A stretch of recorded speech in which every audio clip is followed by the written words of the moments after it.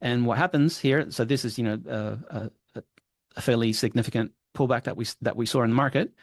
You can see that there's multiple rows of things that we track. Okay. And these things are, as best as you can get them, they're looking at different types of factors. So some of these things look at momentum, some of them look at momentum combined with volume, some look at different styles of tracking, different things and whatever. But basically, it's all been coded up into the simple traffic light style report with dots. Okay. And I've explained how the first row works. All of the other rows down here are simply market condition indicators. We call that. And what that is that if you see a magenta dot, that is kind of like the first level of warning saying, hey, things are, not looking particularly great. Things could get kind of nasty. And if they're red, that means we've got even more confirmation that that specific factor is not looking good. Okay. We then aggregate these 5 rows together into this market condition or warning indicator over there to make it a little bit easier to tally everything up. And if we have 3 market conditions being either red or magenta, then you're going to see this thing over here being yellow.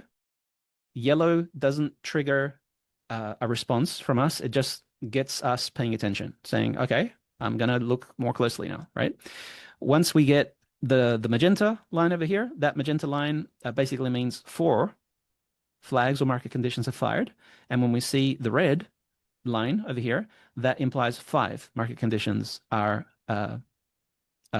triggered. As you can see, either red or magenta for 5 of the things that we track. And you can see, broadly speaking, that it tends to be pretty useful information, right? So you can see from, here up, we don't get any kind of those warnings.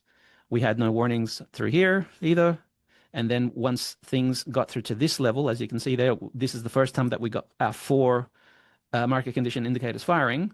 That was where we would have added extra protection. And in this particular case, that served us well. And as a matter of fact, then when we get to 5, we add yet another layer of protection as well. And again, that worked out quite nicely. Okay. So, yeah. And again, completely mechanical here. There's no discretion involved. You simply look at this and you instantly know what you got to do. Ken is saying, are these TradingView screens looked at once a day? Yes.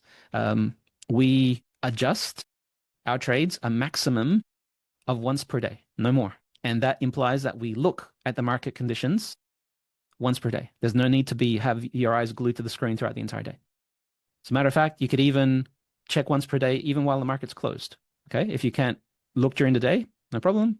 Just check it once a day. And then in the case that you did check it when the market was closed and you do need to make an adjustment, you then put in your adjustments the following day. Perfectly fine. Right. Our trades are very robust to be able to handle that kind of thing. And again, it's no more than once a day check and once a day adjustment. That's it. And you can frequently go multiple days without needing to do anything. No need to make any adjustments at all. Okay, so relatively quite hands-off style trading over here. All right, so here is a back test. Again, completely mechanical here, showing you what happens with this